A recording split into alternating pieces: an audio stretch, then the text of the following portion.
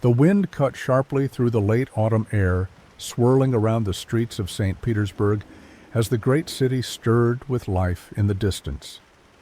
The sky was tinged with a pale gray, clouds scudding across it in heavy silence. It was on this very day, in this very city, that the paths of two men, one a prince, the other a man of deep passion, would cross, their destinies irrevocably intertwined by a woman who would haunt their every thought, their every move, the train. Station was bustling with travelers, the sharp cries of station porters mixing with the rhythmic clatter of the trains. Prince Lev Nikolaevich Mishkin, returning after many years abroad for his health, walked with slow, deliberate steps. His face, marked with innocence and candor, seemed almost out of place amidst the hustle and bustle of the station. His pale eyes, filled with deep compassion, flicked from one passerby to the next. He saw not just faces, but the struggles, the hopes, and the sorrows hidden within each individual. It was a gift that had long both blessed and cursed him, a gift that had brought him both solace and pain. It was then that he saw him, a figure standing at the edge of the platform, gazing intently at the train tracks as if waiting for something, or someone. The man's appearance was unmistakable, even at this distance. His wild hair, the intense, brooding expression on his face, and the unshaven look gave him the aura of a man who had been to the very edge of human emotion, who had witnessed both the beauty and the madness of life. It was Rogozhin. Rogozhin's eyes were fixed on the horizon, but as Mishkin approached, he turned and met the prince's gaze. There was something primal in the way Rogozhin stared, something that spoke of obsession, something unspoken, yet profoundly clear. The prince, though accustomed to the complexities of human nature, felt a shiver run down his spine. He could not explain why, but something in Rogozhin's presence unsettled him, and yet, in the same breath, there was a strange pull, an inexplicable desire to understand him, to ease the turmoil that churned in his soul. Rogozhin took a long, slow step forward, his eyes never leaving the prince's. Then, without a word, he spoke, his voice low, but his words full of intensity. "You have returned, Mishkin. But you cannot run from what awaits you here." The prince's brow furrowed, his lips parting in a subtle expression of surprise. He had heard of Rogozhin's obsession with Nastasia Filipovna, but to hear it spoken aloud like this, it was a sharp reminder of the storm of emotion that awaited him. But still, he felt no fear. Perhaps it was that very innocence within him that kept his heart open, unafraid of the darker sides of human nature. "I don't understand," Mishkin said, his voice soft but filled with the genuine confusion he often felt in these matters. Rogozhin smirked, the corners of his mouth curling upward, in a way that seemed almost mocking. But it was not malice that gleamed in his eyes. No, it was something far more dangerous, an all-consuming obsession. You will soon enough." Before Mishkin could respond, the sound of a distant train grew louder, echoing through the station. The wheels screeched against the tracks as the train came to a halt before them. The crowd parted like the sea, and in that brief moment, the two men stood side by side, their fates sealed by the woman who loomed between them. And it was at that moment, as they stood there in the shadow of the train, that Mishkin's world began to shift. His life, so carefully constructed of compassion and understanding, was about to be torn asunder by the passions of those he encountered. The peaceful world he had known would no longer exist. Instead, he was about to be swept into a tempest, a storm of love, jealousy, and madness. But for now, the train had arrived, and both men remained on the platform, their destinies unfolding in the cold, indifferent wind of St. Petersburg. The train's doors hissed open, and a new wave of passengers poured out onto the platform. Among them, Mishkin's gaze was drawn immediately to one figure. She stood out even in the chaos of the station. Nastasia Filipovna. She moved with an air of defiance, her beauty undeniable, but hardened, like something too precious to be touched without leaving a mark. Her presence seemed to cast a shadow over the entire scene. The bustling station fell away, leaving only her and the men who watched her, two men drawn into the orbit of her enigmatic allure. Rogojin's eyes never left her. He was at that moment consumed by something that went beyond mere love. It was obsession, a dark, twisted passion that he could not control, could not shake off. Mishkin, too, could not look away. But unlike Rogojin, who saw only the object of his desire, the prince saw a human being, a woman lost in the depths of her own turmoil, a woman who bore a deep, aching sadness beneath her beauty. She seemed to notice the prince's gaze, and her lips curled into a faint smile, though it was far from reassuring. It was as if she knew somehow the stirrings of sympathy that lived in Mishkin's heart, and she had no intention of indulging them. "Well, Prince Mishkin," she said with a voice as soft as velvet, though the words came with a sharp edge, "I see you've returned. To what end, I wonder?" Her eyes glittered with a dangerous curiosity as she studied him, but there was something else in her gaze, a challenge perhaps, or a warning. She was not like the other women Mishkin had known. Nastasia Philippovna carried with her an air of mystery that seemed impenetrable, even to someone as perceptive as the prince. Rogojin stood close behind her, his breath shallow, his fists clenched at his sides. It was clear that his entire being was focused on Nastasia. There was no room in his heart for anything else. "Mishkin," Rogojin's voice broke through the silence. "You must understand, this woman." His voice faltered, as if he struggled to find the right words. His obsession was so consuming that it seemed to choke him. "She's mine. She belongs to me. Do you hear me?" Nastasia's eyes flicked to Rogojin, a flicker of something almost pitying crossing her face, but it was gone in an instant. She turned back to the prince, her smile widening, yet it was not a smile of warmth. It was a smile of something darker, something knowing. "Do you think you can save me, Prince?" Her words were spoken softly, but they cut through the air with startling clarity. "Do you think you understand what it means to be trapped in this life? To be wanted, to be adored, and yet to know that none of it can save you?" Mishkin felt a pang in his chest. He wanted to speak, to offer some words of comfort, but nothing came to him. The weight of her words pressed on him like a heavy stone. How could he, a man who had never truly experienced the kind of passion that consumed Rogojin, understand her? How could he even begin to fathom what it meant to be Nastasia Philippovna, a woman who had lived through more pain and conflict than most could bear? Rogojin's hand twitched at his side, and it was clear that his restraint was growing thinner by the moment. He wanted to shout, to claim her, to make clear that Nastasia was his and his alone.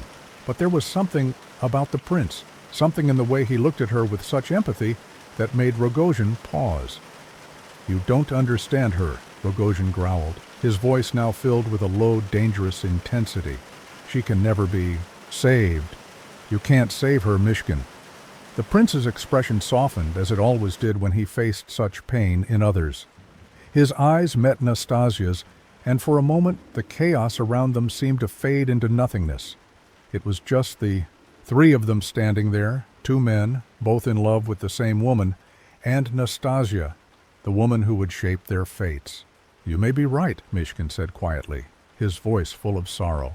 "But it's not about saving her. It's about understanding. It's about offering what little kindness we can, no matter how much it hurts." Nastasia's gaze flickered, a momentary crack in her icy exterior, but she quickly recovered, her mask firmly back in place.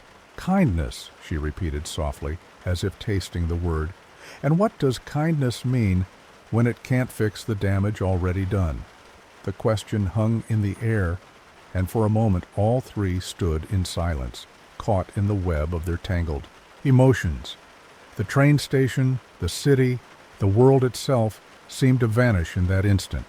It was as though time had stopped, leaving them suspended in a space where only their hearts and minds existed.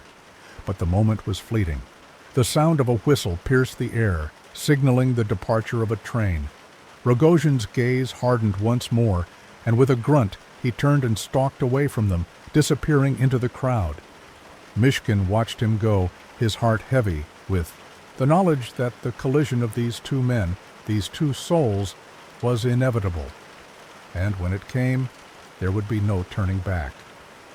Nastasia looked at the prince one last time before following Rogozhin, her steps deliberate, her eyes distant, as though she had already left this moment behind. And yet, for Mishkin, this was only the beginning. As the sounds of the station faded into the distance, Prince Mishkin stood alone, staring at the place where Nastasia and Rogozhin had disappeared into the crowd. His mind churned with thoughts he could not easily untangle. He felt a deep sense of unease, a pull that seemed to reach into the very core of his being. The encounter with Nastasia had left him unsettled, but there was something else too, a gnawing sense of inevitability. He knew that his life was about to be irrevocably changed. With a sigh, he turned and began walking through the streets of St. Petersburg, the city's grim beauty surrounding him. The cold air seemed to bite at his skin, but he barely noticed it.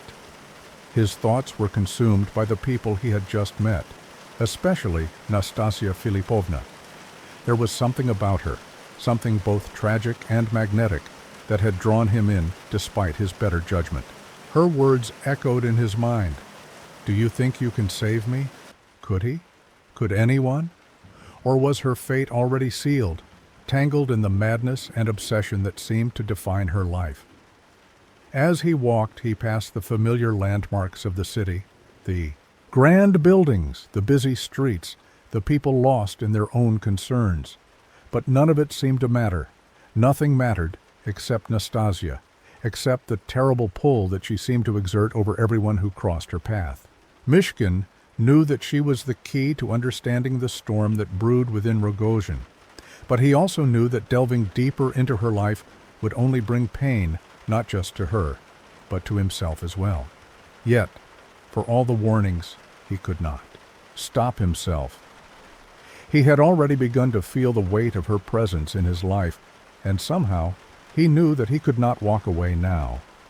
There was a part of him that needed to understand, that needed to know what made her so unreachable, so broken. His thoughts were interrupted when he found himself outside a modest building, one he had visited before in his time in St. Petersburg. It was here that he was meant to meet with some of the city's prominent figures, those who had been intrigued by the young prince and his peculiar nature. But today he was not thinking about meetings or social gatherings. Today his mind was consumed by the tangled web of love and obsession that seemed to be woven around him. As he entered the building, a familiar face greeted him, the woman who had once shown him kindness, though Mishkin had not yet fully understood her motivations. It was Lizaveta, a gentle soul who had once been engaged to Rogozhin.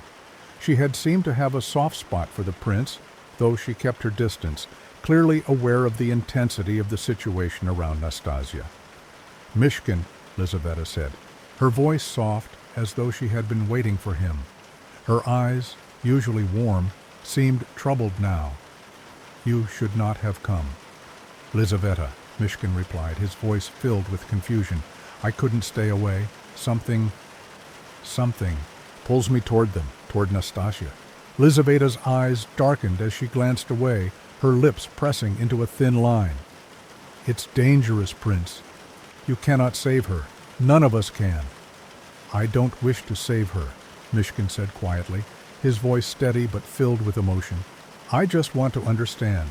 I want to know why she suffers, why she's become the way she is." Lizaveta shook her head, as if she had heard these words 1,000 times before, and yet they still did not make sense to her. "You cannot understand, Mishkin. No one can. Rogozhin, he's a man lost to madness. And Nastasia, she is a woman who has given herself over to that madness. They're trapped in a cycle that cannot be broken." The prince stood silent for a moment, considering her words. He could feel the weight of them, could sense the truth behind them, and yet, deep within him, he felt a stirring, a quiet defiance. He had to try, even if only for the sake of his own soul. He could not simply walk away from these two lives, these two people, who had become inextricably tied to his own. "I understand your caution, Lizaveta," Mishkin said, his voice quiet but firm, "but I cannot turn away. I must know."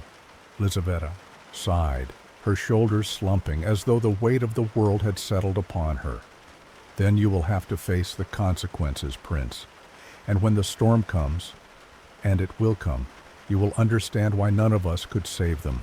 With those final words, Lizaveta turned and left the room, leaving Mishkin alone with his thoughts. He stood there for a long while, staring at the empty space where she had stood, the words lingering in the air like smoke. Could he truly understand?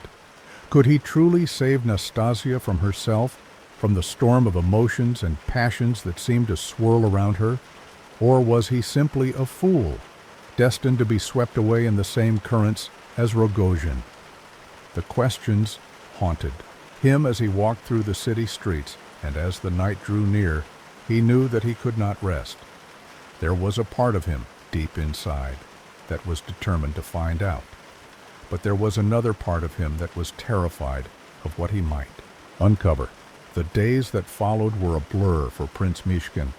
The events of the train station, the chance meeting with Rogozhin and Nastasia, seemed to hang over him like an inescapable fog. Despite Lizaveta's warning, despite the clear danger that surrounded Nastasia and Rogozhin, the prince could not stop thinking about them.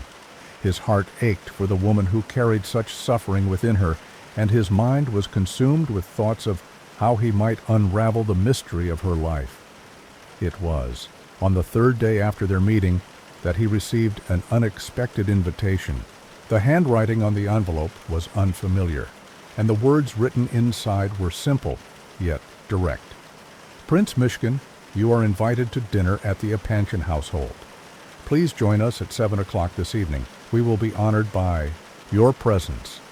The Epanchins were one of the most prominent families in St. Petersburg, known for their wealth and social standing.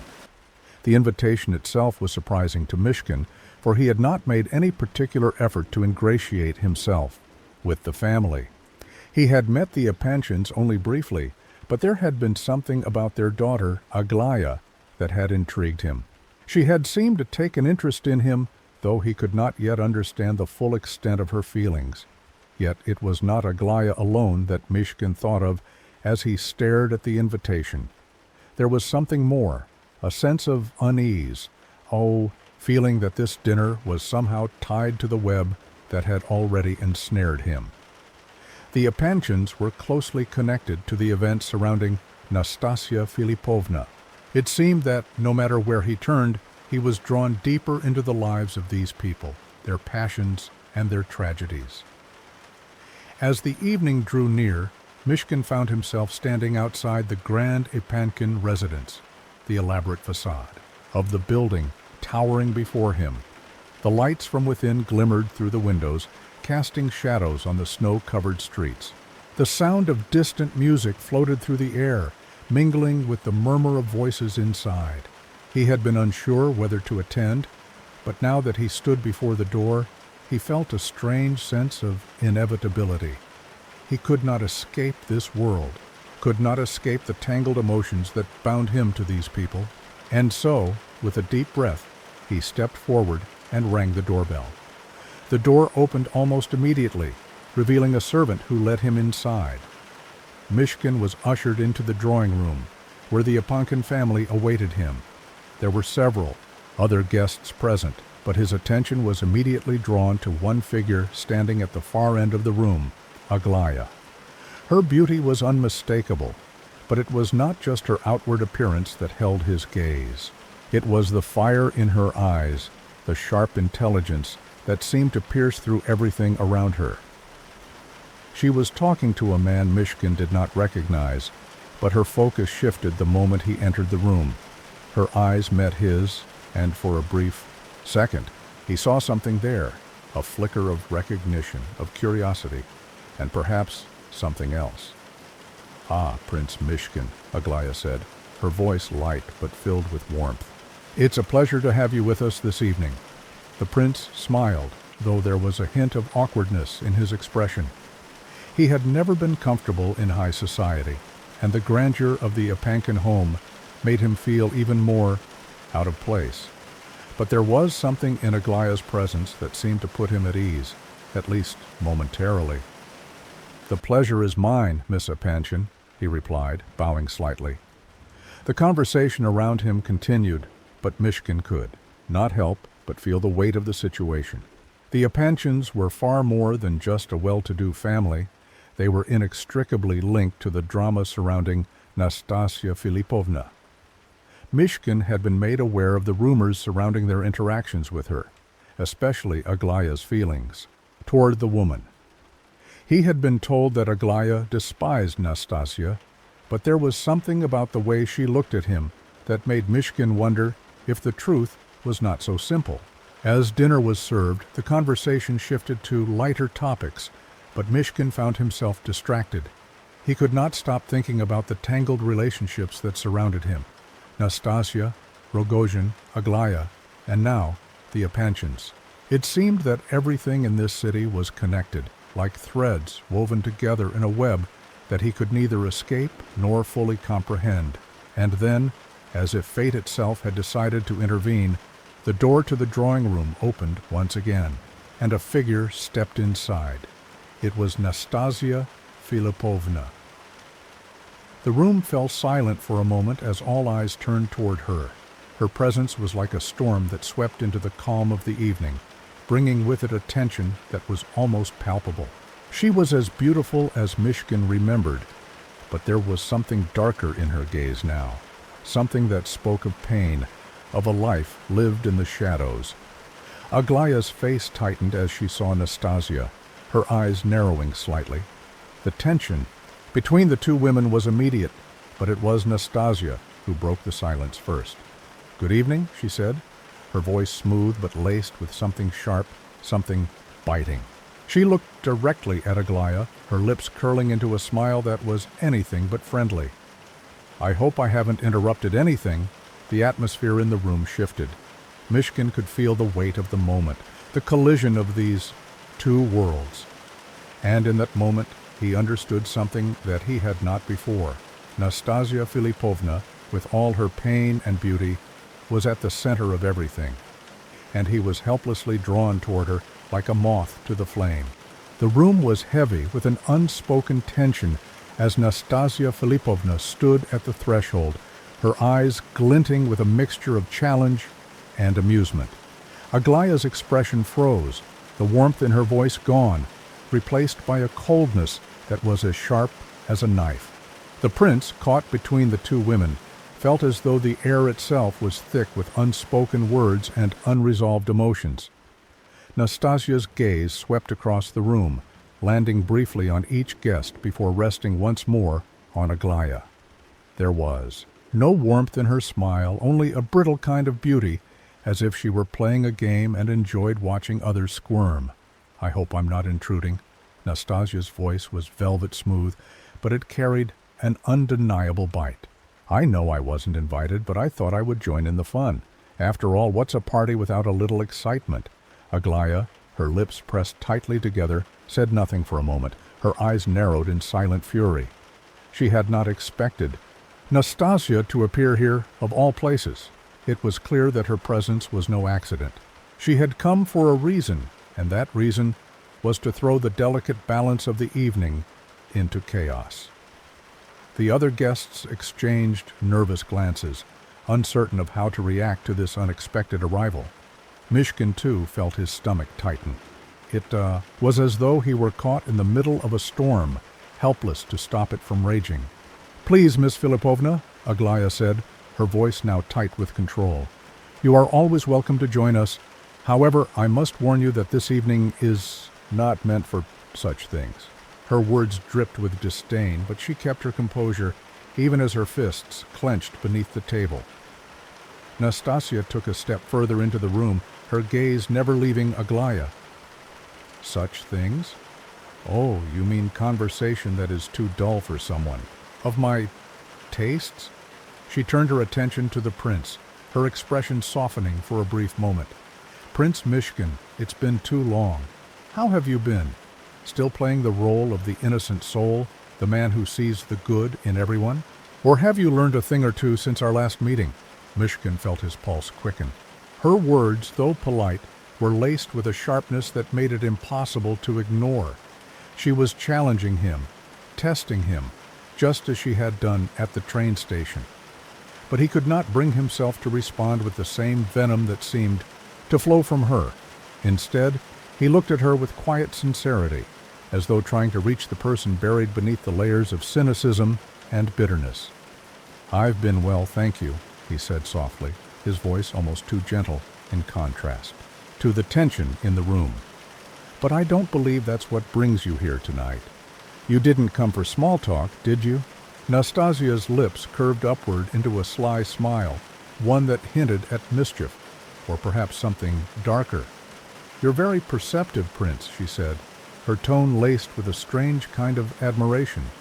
"No, I didn't come for small talk. I came to see just how deep the game has gone, how far we can push each other before we all crack." Aglaya stood abruptly, her chair scraping loudly against the floor. "I don't know what you think you're doing, Miss Filipovna," she said, her voice trembling with barely contained rage. "But this isn't the place for your games. You don't belong here." For a moment there was silence in the room. Aglaya's outburst hung in the air, charged with emotion, while Nastasia stood with an air of calm amusement, as if she were watching a spectacle unfold. "I don't belong here," Nastasia repeated softly, her gaze never leaving Aglaya. "How quaint, but I beg to differ. You see, I belong wherever I choose to be, just as you do." The words felt like a slap, each one landing with brutal precision. Aglaya's face flushed with anger, but before she could respond, Mishkin spoke up, his voice cutting through the tension like a thread of light in the darkness. "Perhaps we should all take a moment to calm down," Mishkin suggested gently. "This evening was meant to be a celebration, not a battleground. Let's not allow misunderstandings to ruin it." Nastasia tilted her head, considering his words. There was a flicker of something in her eyes, perhaps the briefest hint of recognition, of respect. But it passed quickly, replaced by something more unsettling. She turned away from Aglaya and looked directly at Mishkin, her gaze now softer, though no less intense. "You're right, Prince," she said, her voice almost too quiet. "We all need to calm down, don't we? But it's hard, isn't it, when everything feels like it's spiraling out of control, when the people around you are the ones who will tear you apart." The prince felt a chill run down his spine. There it was again, the dark, self-destructive undercurrent in her words. It was as if she were not just speaking to him, but to herself, trying to make sense of the chaos that consumed her life. Before anyone could respond, Nastasia's gaze shifted, her eyes flickering toward the door.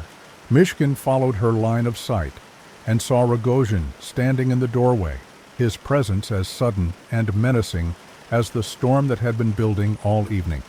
His eyes were fixed on Nastasia, and the tension in his gaze was palpable. "I've come for her," Rogozhin said, his voice low and almost guttural. "Nastasia, come with me." Nastasia didn't flinch at his words. Instead, she turned to face him, her expression unreadable. The room was frozen, each person uncertain of what would happen next. It was clear that the storm was about to reach its peak. And as the evening stretched on, the prince could feel it too, the sense that everything was moving toward an inevitable collision and that no one would leave unscathed. The room seemed to close in around Prince Mishkin as Rogozhin's voice cut through the thick air, heavy with tension. Nastasia stood motionless for a moment, as though contemplating his words, her gaze unwavering. Mishkin could feel the shift. In the atmosphere, something had changed, and the fragile peace that had barely held the evening together was slipping away, piece by piece. Rogozhin's eyes were wild, full of desperate longing, but there was something else in them too, a madness that made the prince uneasy. He had heard rumors about the relationship between Nastasia and Rogozhin, but now, standing before them, he could see that the reality was far more complicated than he had ever imagined. Nastasia, however, did not seem to share the same unease. She looked at Rogojin with an inscrutable expression, one that seemed to contain both love and disdain in equal measure. For a moment it was as though the entire room was holding its breath, waiting for her to make a decision that would set everything in motion. "I knew you'd come," Nastasia said softly, her voice almost a whisper. "I knew you couldn't stay away." Rogojin stepped forward, his hands trembling at his sides. "I can't live without you," he said, his voice raw, as if every word cost him something. "You belong with me. You've always belonged with me." Nastasia did not respond immediately. Instead, she glanced briefly at Aglaya, who stood stiffly at the other end of the room, her face pale with emotion. The tension between the two women was palpable, and Mishkin could feel the strain as though it were physically pulling at the very air. "I belong to no one," Nastasia finally said, her voice firm. "Not to you, not to anyone. I'm not a possession to be claimed." There was an edge to her words, but it was clear she was only half speaking to Rogojin. The room had become a battleground, and each word, each glance, was a strike in the growing conflict. Aglaya, her face flushed with emotion, stepped forward. "You don't belong here, Nastasia," she said, her voice trembling with barely contained rage. "You've caused enough destruction already. You have no place in this family, no place in our lives." Nastasia turned slowly to face Aglaya, her lips curling into a smile that was all too knowing. "And yet here I am," she said, "in your life, in your house, at your table. You've invited me after all. Don't pretend you didn't know what would happen. You've always known, Aglaya. You've always known that I was a force you couldn't control." Aglaya opened her mouth to retort, but no words came. Her chest heaved with anger, but Nastasia's words had struck a nerve, exposing a deep-seated truth that Aglaya had been trying to ignore for far too long. The young woman's gaze flickered briefly toward Mishkin, as if searching for support, but the prince could not offer her the solace she sought. His attention was too firmly fixed on Nastasia, who stood in the eye of the storm, her presence, both magnetic and destructive. Rogojin, unable to stand the silence any longer, took a step toward Nastasia, his eyes pleading. "Please," he said, his voice breaking, "come with me. Let's leave all of this behind. It's the only way we'll be free." Nastasia's eyes softened for a brief moment, but it was a fleeting vulnerability, quickly masked by her usual facade. She looked at him, her gaze unreadable, and then, without a word, turned her back on him. Her voice, when it came, was sharp, cutting through the tension like a blade. "You think I'll run away with you? You think I'll leave everything behind? Again for you? No. I've made my choices. And you are not one of them." The words stung, but Rogojin did not retreat. Instead, he took another step closer to her, his hands shaking, his breath ragged. "Nastasia, you belong with me. Don't you see? You're all I have left. If you leave me, I'll have nothing." At this, Mishkin could no longer stay silent. He had watched the scene unfold, his heart torn between the two men, both so desperately clinging to Nastasia, each trying to pull her in a different direction. It was a dance of destruction, and the prince knew that it could not continue. Someone had to break the cycle. "Rogojin," Mishkin said softly, but his voice carried the weight of his conviction. "You can't force someone to love you, to be with you. You can't make them stay, no matter how much you want it. Love is not about possession." Rogojin's head snapped toward him, his eyes filled with fury and disbelief. "You think you know anything about love?" he spat. "You, who've never experienced it like I have, who've never been consumed by it the way I am. You think you can lecture me?" The prince's heart sank at the anger in Rogojin's voice, but he remained calm. "I don't claim to understand everything," Mishkin said, his voice steady despite the storm brewing around him. "But I know that this isn't love. It's madness. It's obsession. It's destruction." Rogojin's face twisted in rage, and for a moment Mishkin thought he might strike him. But instead, the man turned away, his shoulders shaking with the force of his emotions. "I don't need your pity," he muttered, his voice low and broken. The room was silent again, the weight of the words hanging in the air. Nastasia watched it all, her eyes cold and distant, as if she were observing the chaos from some far-off place. And yet, beneath the surface, there was something in her expression, a flicker of vulnerability, a crack in the armor she had built around herself. But it was gone as quickly as it had appeared. "I don't belong to any of you," she repeated, softly, almost as though she were trying to convince herself as much as the others. "I belong only to myself." And with that, the storm that had been brewing for so long seemed to reach its peak. The prince could feel the inevitable crash coming, the collision of all their fates, and he knew that nothing would ever be the same again. The silence that followed Nastasia's words was suffocating, as if the very air in the room had turned to stone.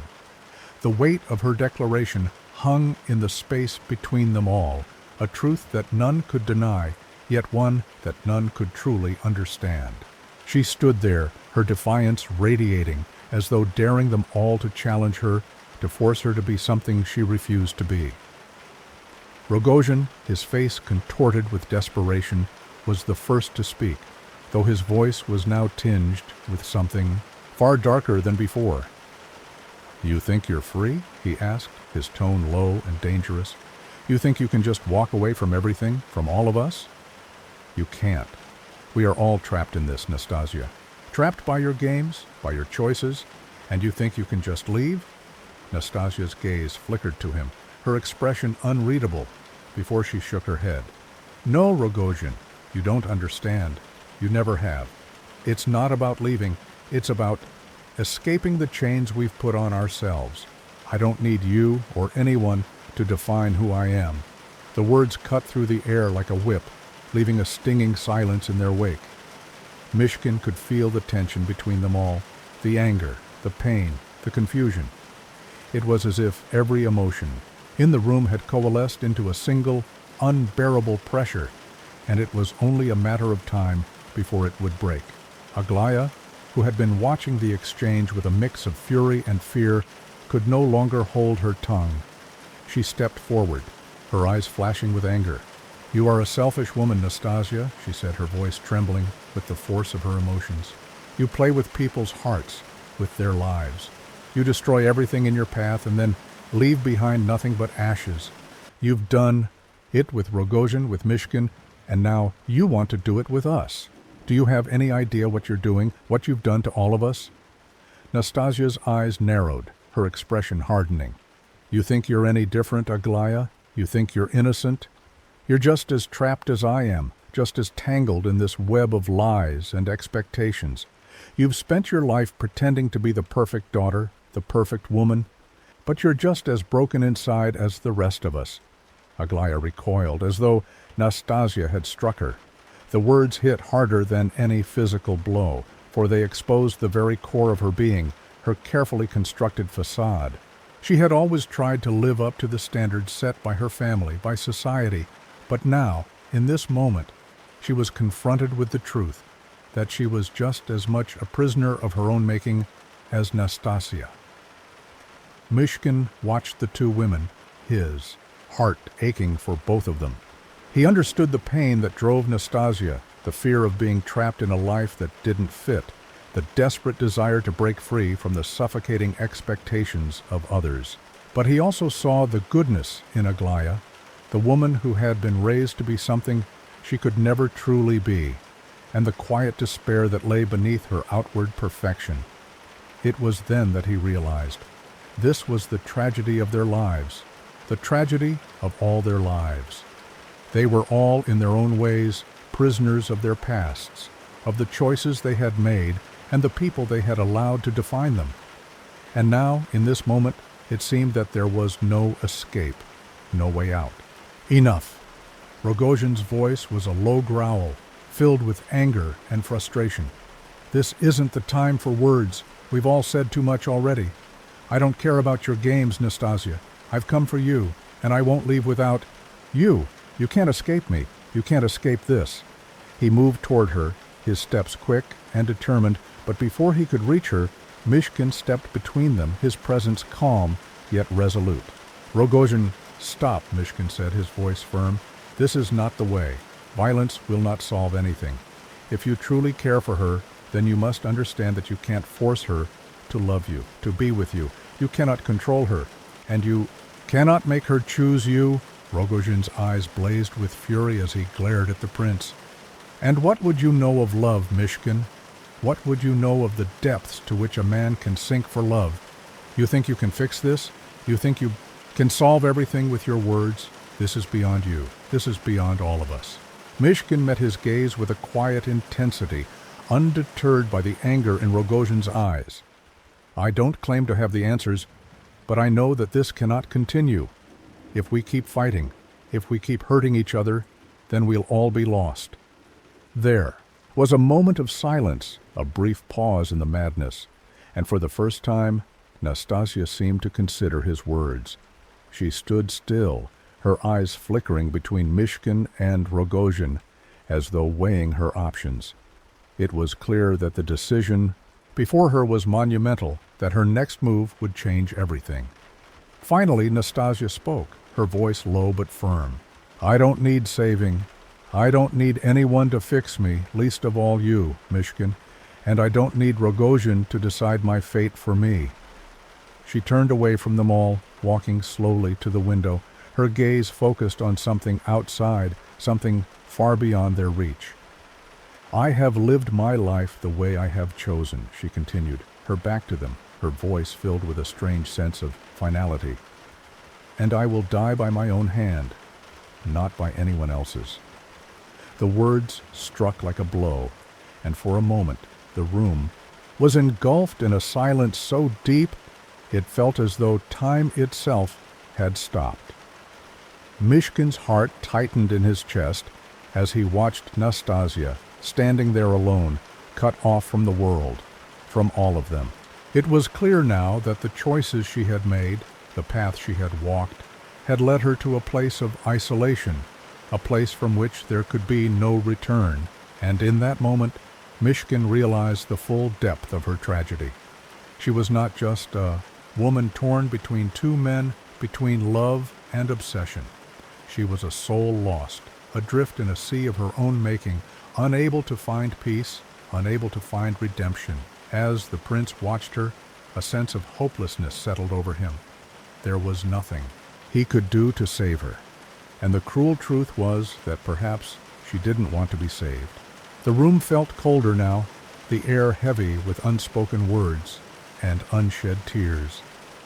Mishkin could only watch as Nastasia stood by the window, her figure small against the vastness of the night sky. She was so distant, as though the rest of the world had faded away, leaving only her and the darkness that surrounded her. Her back was to them all, and yet it felt as if she were the only one who truly existed in that moment, the only one who had made a choice, the only one who had decided to sever the ties that bound her to the chaos of their lives. Rogojin, standing a few steps behind the prince, seemed lost in his own turmoil. His hands were trembling at his sides, his breath coming in shallow gasps. He could not understand Nastasia's rejection, nor could he accept it.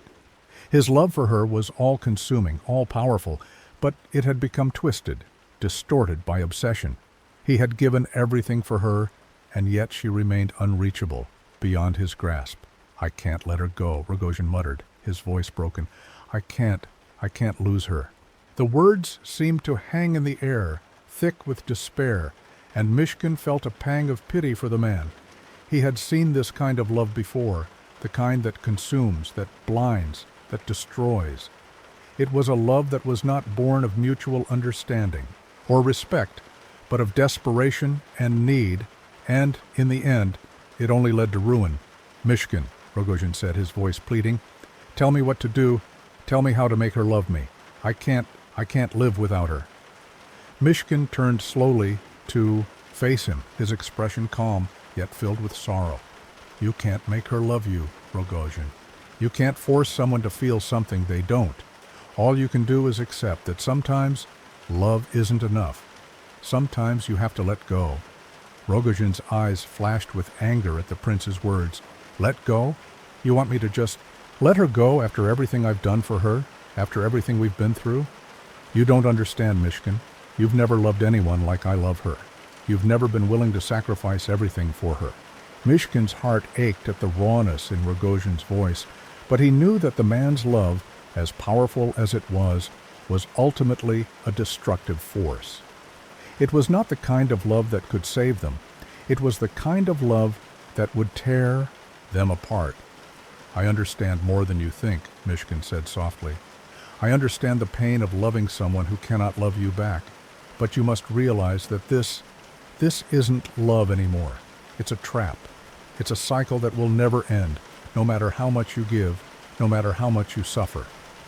Rogojin's face twisted in anguish, and for a moment Mishkin thought he might lash out, might strike him, but instead the man crumpled to the floor, his hands covering his face as he wept openly. The sound of his sobs filled the room, a heart-wrenching noise that seemed to reverberate through the walls. Nastasia did not turn to look, did not acknowledge his pain. She remained at the window, her back still turned to them, her expression unreadable. She was beyond their reach now, beyond their understanding, and though Mishkin longed to help, to offer some kind of comfort, he knew that there was nothing he could do. Nastasia had made her choice, and there was no going back. Aglaya, who had been silent throughout the exchange, now stepped forward. Her eyes were red-rimmed, her face pale and drawn. She looked at Nastasia, her gaze filled with something between hatred and sorrow. "You think you've won, don't you?" Aglaya said, her voice trembling with emotion. "You think that by rejecting us, by rejecting love, you're free. But you're not free, Nastasia. You're just running away, running from the pain, running from the truth. You think you're better than us, but you're just as lost as the rest of us." Nastasia finally turned, her eyes cold and distant as she faced Aglaya. "I'm not running from anything," she said, her voice steady. "I'm not afraid of the truth. The truth is that I don't belong here, in this life, with any of you. I don't belong to anyone, and I never will." Aglaya's face twisted in frustration. "But that's the problem, Nastasia. You refuse to be a part of anything, to connect with anyone. You push us all away, and now you stand there, acting like you're some kind of martyr. But you're not. You're just a woman who's too afraid to face herself, to face the truth of who you really are." Nastasia's eyes flickered with something, anger, sadness, regret, but it was gone as quickly as it had appeared. She took a deep breath, then turned her back to Aglaya once more. "I'm not afraid of anything," she said quietly. "I've faced myself long ago. But you're still pretending, still living in a fantasy. You don't know who you are, Aglaya, and until you figure that out, you'll never understand why I can't stay." The words hit Aglaya like a physical blow, and she staggered back, her chest heaving with the weight of them. For a moment it seemed as though the young woman might collapse, but she caught herself standing tall once more, though her eyes were filled with unshed tears. "You don't know anything about me," Aglaya whispered, her voice breaking. "You don't know what I've been through, what I've sacrificed." "I know enough," Nastasia replied, her tone devoid of emotion. "I know that. You're just as trapped as I am. And until you free yourself, you'll never understand what it means to truly be free." Mishkin stood in silence, watching as the two women locked eyes, their words sharper than any blade. He knew that they were both right, in their own ways. They were both trapped in their own prisons, both bound by their pasts, their fears, their desires. And the more they fought, the more they tried to tear each other down, the further they pushed themselves into the darkness. He wanted to intervene, to offer some kind of resolution, but he knew deep down that there was no solution here. This was a battle they had to fight on their own, and it was a battle that, in the end, would only leave them all broken. And so, in the midst of the chaos, the prince stood alone, watching as the lives of those around him spiraled further into turmoil, knowing that no matter what he did, no matter what he said, there was no escaping the inevitable. The heavy silence in the room lingered like a storm cloud, threatening to burst at any moment. The air was thick with unspoken words, with accusations and regrets that had been piling up for far too long. Nastasia, still standing by the window, seemed a figure frozen in time, as though she had stepped outside the human world and into a realm where only she existed. Her back was to them all, but there was no mistaking the finality in the way she stood. She was done with them, done with love, done with everything. Rogojin had stopped crying now, though his face remained twisted in grief, his eyes empty, as though the light had gone out of him. He sat on the floor, his legs splayed out in front of him, his hands resting limply in his lap. His body was still, but his soul was a storm, churning with the rage of betrayal, with the agony of lost hope. He had given everything to Nastasia, his heart, his soul, his very being. But it had never been enough. And now it never would be. Aglaya, too, stood frozen, her eyes brimming with a mixture of sorrow and confusion. The words she had exchanged with Nastasia still echoed in her mind, and they had shaken her to her core. For all her pride, for all her defiance, Aglaya had never truly understood herself, never truly known who she was or what she wanted.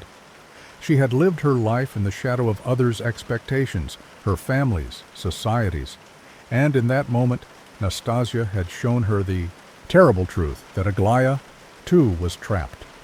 And then there was Mishkin, the prince who had stood silently through it all, the quiet observer, the one who tried to understand, to fix, to heal. But even he knew now that there were no answers, no easy solutions, no way to repair the damage that had been done. He had watched them all, tried to reach them, but it had become clear that none of them could be saved. Not by him, not by anyone. Nastasia's voice broke the silence, cold and distant. "I don't need anyone's pity," she said, her words laced with finality. "I don't need anyone to save me. I'm beyond that now." Her words stung, for they rang with a truth that none of them wanted to hear. Nastasia had already made her choice, and, in a way, she was right. She didn't need anyone's pity. She didn't need anyone's love or forgiveness. She had walked her own path, and now that path was leading her into the abyss. Rogojin slowly lifted his head, his eyes red and swollen, his voice hoarse as he whispered, "Nastasia, please." His words were a plea, a cry for something, anything, to bring her back to him, to restore the love they once had. But the look in her eyes told him everything he needed to know. She was lost to him, lost to everyone, and nothing he could do would bring her back. Aglaya's face was pale, her lips trembling as she spoke. "You're wrong, Nastasia. You don't have to be alone. You don't have to do this to yourself. We could help you. We could—" "No," Nastasia interrupted, her voice sharp and final. "You don't understand. You think you can help me, but you can't. You can't save me from myself, from the choices I've made. I'm already lost." The words hit Aglaya like a slap, leaving her stunned and speechless. She had wanted to help, had wanted to believe that there was still some part of Nastasia that could be saved. But now all her hopes had crumbled, and she was left standing in the ruins of her own dreams. Mishkin stepped forward, his expression somber. "Nastasia," he said gently, his voice calm, yet filled with an underlying sadness. "You don't have to do this. You don't have to choose this path. There's always another way." But Nastasia's eyes were cold, her expression resolute. "No, Mishkin, there's no other way for me. I've made my choice, and now I have to live with it." It was then that the full weight of her decision hit him. Nastasia was not merely rejecting them, rejecting love, rejecting the world. They were not the cause of her suffering. She had chosen her path long ago, and it was a path that led only to despair. No one could save her. Not Rogojin, not Aglaya, not even Mishkin himself. She had already decided.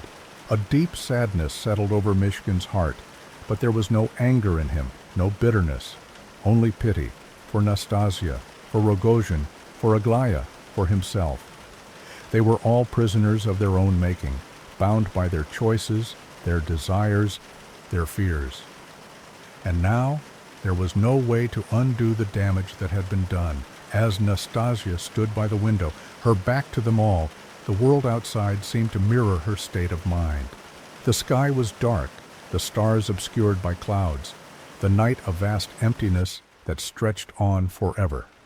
And within that emptiness, Nastasia stood alone, a figure of tragic resolve. "I'm sorry," Mishkin whispered, though he knew she could not hear him. "I'm so sorry," but the words, like everything else, were empty. There was nothing left to say. The night deepened, and the weight of the silence grew heavier with each passing moment. Nastasia, standing motionless by the window, seemed to have become one with the darkness outside, her figure dissolving into the shadows. Her decision had been made, and now there was no turning back. Rogozhin, still sitting on the floor, was a broken man. His love, so pure and consuming, had turned into a wound that could never heal. He looked at the woman he loved, the woman who had chosen another path, and in that moment, it seemed as though he could no longer see her at all. Aglaya stood across the room, her face pale and drawn, her eyes distant. She had tried so hard to understand, to connect, to help, but now she realized the futility of it all. Nastasia had carved her own path, and no one could follow. She had rejected all of them, and in doing so, she had sealed her own fate. The realization was a bitter one, and it left Aglaya feeling hollow inside. And Mishkin, prince, observer, healer, stood at the center of it all, his heart heavy with the understanding that none of them could be saved. He had come here hoping to help, to mend the brokenness around him, but he knew now that it was beyond him. They were all trapped, locked in their own tragedies, bound by their choices and their fears. And the more they fought, the more they sought to save one another, the deeper they sank into the mire of their own despair. Finally, after what seemed like an eternity of silence, Nastasia spoke. Her voice was quiet, but it carried the weight of finality. "I've made my decision," she said, her back still turned to them. "And there's no going back. I can't stay here, not with any of you. You don't understand me, and I don't understand any of you." Her words were like a death sentence to the others. For all their love, for all their efforts, Nastasia had chosen a different path, one that would lead her into the unknown, into a place where none of them could follow. It was a path that promised nothing but solitude, nothing but endless wandering, in search of something she could never find. Rogozhin rose to his feet, his movements slow and deliberate. He approached her, his hands outstretched, as if to reach for her, to pull her back from the edge. But Nastasia did not turn to face him. She did not flinch, did not respond to his presence. She was beyond his reach, beyond anyone's reach. "Don't go," Rogozhin whispered, his voice cracking with desperation. "Please, Nastasia, don't leave me." But Nastasia's voice came again, soft but firm, without a hint of doubt. "It's too late, Rogozhin. It's over." Aglaya, her eyes brimming with unshed tears, took a step forward. "You don't have to do this, Nastasia. You don't have to be alone. You don't have to shut us all out." Nastasia turned her head slightly, her eyes glinting with something cold, something distant. "I've been alone for a long time, Aglaya. I've always been alone. And now, I choose to stay that way. It's the only way I can be free." Her words struck Aglaya like a blow, leaving her breathless, empty. She had wanted to believe that there was some hope, some way to bring Nastasia back from the brink. But now she understood that Nastasia had never truly been one of them. She had always been different, apart from them, apart from the world. And in the end, it was that very isolation that had led her to this moment. Mishkin looked at Nastasia one last time, his heart aching for her, for all of them. He understood in some deep and painful way that there was nothing more to be done. They were all trapped in their own despair, prisoners of their choices. And no matter how much they tried to change things, to fix one another, the damage had already been done. With a final mournful glance at the others, Mishkin turned and walked toward the door. He did not look back. He knew that the tragedy unfolding before him was not one that could be fixed, not one that could be undone. It was the result of choices, of love, of fear, of pride. And now it was too late. Rogojin did not speak again, his hands clenched into fists at his sides. He simply stood there, rooted to the spot, watching as Nastasia drifted further and further away from him until she was nothing but a shadow, swallowed by the darkness of the night. Aglaya, too, stood frozen, her heart heavy with the weight of unspoken words. She had tried to understand, to reach out, but now she was left with nothing but the empty echo of Nastasia's rejection. And Nastasia, alone, distant, a figure against the window, remained as she had always been, a woman beyond anyone's reach, a woman who had chosen to sever all ties, to live in the solitude of her own making. The room was silent once more, the sound of the ticking clock the only thing that could be heard. Time passed, but it did not heal. The damage had been done, and the lives of those who remained were forever changed. The end had come, but it was not a neat ending, not a conclusion that tied up all the loose ends. It was a tragic, messy, unresolved ending, one that would haunt them all for the rest of their days. And as the darkness of the night pressed against the window, as the winds howled through the empty streets, they were left with only one truth. Sometimes there are no second chances. Sometimes the path you choose leads to an inescapable end.